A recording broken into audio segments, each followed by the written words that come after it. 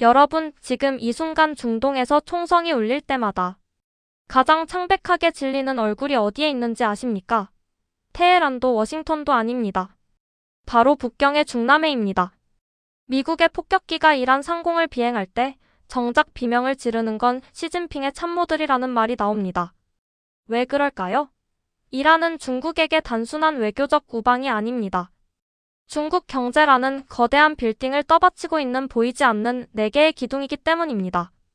오늘 우리는 이 4개의 기둥이 무엇인지, 그리고 이 기둥이 하나씩 부러질 때 중국 경제, 나아가 세계 경제에 어떤 거대한 지진이 발생할지 숫자와 팩트로 낱낱이 파헤쳐 보겠습니다. 이 이야기는 단순한 중동 분쟁이 아닙니다. 21세기 미중 패권 전쟁의 가장 서늘한 핵심 전장 이야기입니다.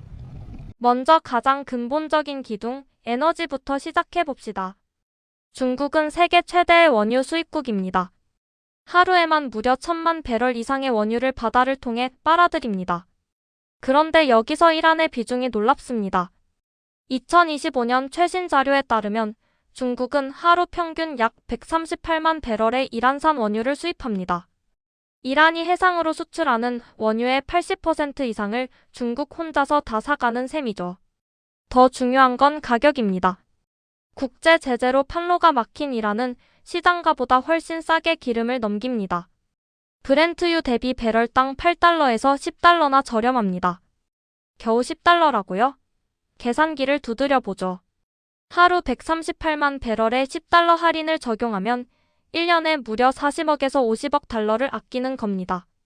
우리 돈으로 약 6조 원이 넘는 거액입니다. 이 돈은 고스란히 중국 제조업의 원가 경쟁력으로 수혈됩니다. 이란은 중국에게 비밀 주유소인 셈입니다. 이 저가 원유의 핵심 수혜자는 누구일까요? 바로 중국 산동성에 밀집한 중소독립 정유사들, 이른바 티팟 정유사들입니다. 이들은 중국 전체 정제 능력의 3분의 1을 차지하는 거대 세력입니다. 구조는 명확합니다.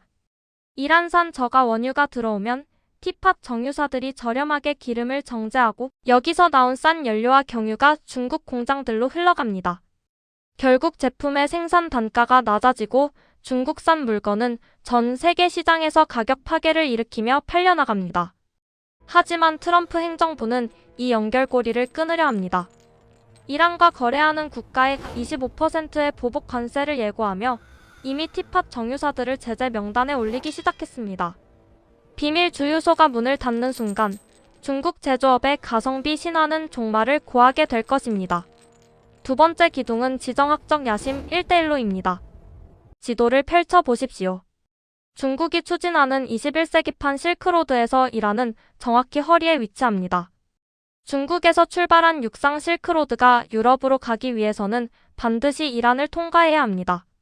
2021년 중국과 이란은 25년간 4천억 달러, 우리 돈 약 513조 원을 투자하기로 약속하는 역사적 협정을 맺었습니다. 도로, 철도, 5G망까지 중국의 기술로 이란을 도배하겠다는 야심이죠. 만약 이란이 무너지거나 친미 정권으로 바뀐다면 어떻게 될까요? 중국이 파키스탄과 중앙아시아에 쏟아부은 수천억 달러의 투자는 목적지를 잃은 고철 덩어리가 됩니다. 이란이라는 허리가 끊기는 순간 시진핑의 1대1로 대전략은 20년 이상 후퇴할 수밖에 없습니다. 세 번째 기둥은 가장 서늘한 안보 이야기입니다. 지금까지 미국의 군사력은 어디에 집중되어 있었습니까? 이라크, 아프가니스탄, 그리고 이란입니다. 미국이 중동이라는 늪에 발이 묶여있는 동안 중국은 남중국해에 인공섬을 쌓고 대만을 위협하며 영향력을 확장했습니다. 이란은 본의 아니게 중국을 위해 미국의 매를 대신 맞아주는 전략적 방패 역할을 해온 겁니다. 그런데 이 방패가 깨지고 있습니다. 미국이 중동 문제를 정리하고 발을 빼는 순간 그 막강한 항모 전단과 첨단 무기들은 어디를 향할까요? 답은 정해져 있습니다. 바로 남중국해와 대만 해협입니다. 방패가 사라진 북경의 하늘 위로 미국의 칼날이 직접 겨눠지는 상황. 이것이 중국이 가장 두려워하는 시나리오입니다. 네 번째 기둥은 화폐 패권입니다. 1974년 탄생한 페트로달러 시스템은 미국의 힘 그 자체였습니다.